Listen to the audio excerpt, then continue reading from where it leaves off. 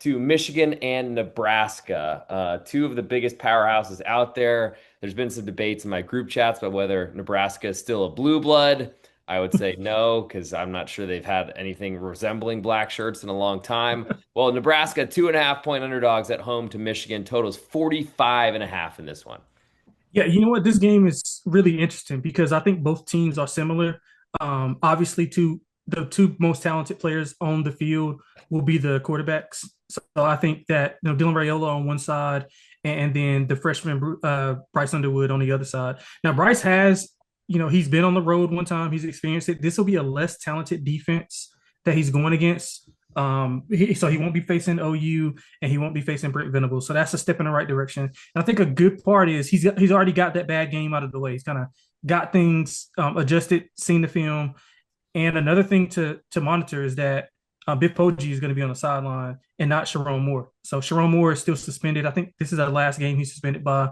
Um, but I mean, I thought the offense looked a lot better. And if you look at what Bryce has done, Bryce was using his legs a lot more. I mean, he had over 100 yards last game, and he wasn't even carrying the ball at all. No design quarterback runs in the first two games. Now, whether they were saving that for inferior competition, for much better competition, I'm not sure. But the offense looked a whole lot better whenever he's able to run the ball. On the Nebraska side, I mean, similar questions like is Dana Holgerson and that coaching staff going to actually open it up for Dylan Raiola to, make some plays with his arm and show off some of the tools that he has? Those are the two big questions. I mean, I thought this game should be more of a pick 'em, to be honest with you. So I'm leaning towards the home dog. I want to wait for a three. I think some Michigan money may show up later on, but I mean, two teams. I think they're very similar. I know Nebraska, they have to be better at stopping the run. I mean, they're 120. They're like outside the top 120 in EPA per rush allowed. They're outside the top 130 in rush success rate allowed. If you look at what they did against Sorsby, who's kind of a dual threat quarterback for Cincinnati in their opener, he had 96 rushing yards and two rushing TDs. So if you look at Bryce Underwood, I mean, from what he did last week, 114 yards and two touchdowns. If they allowed him to kind of run things and be what he was last week, they should be fine here, and they should score some points as well.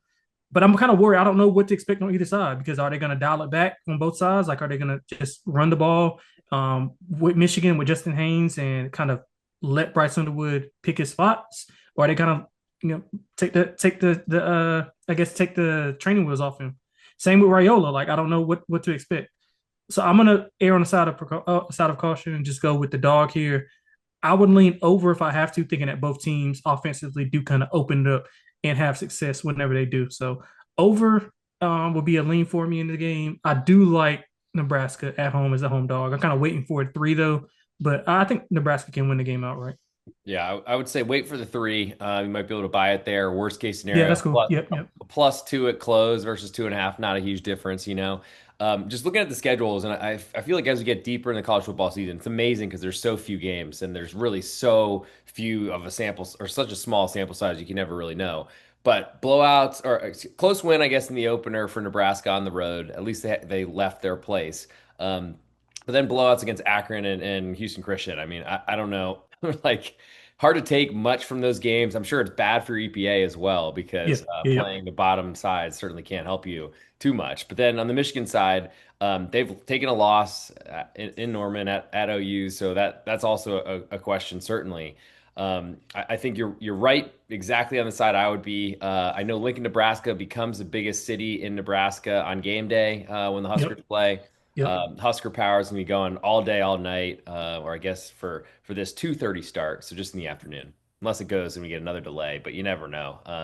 We'll see. Early college football season, you never know in those sort of things. But That's I think true. I'm leaning with you on the home underdog.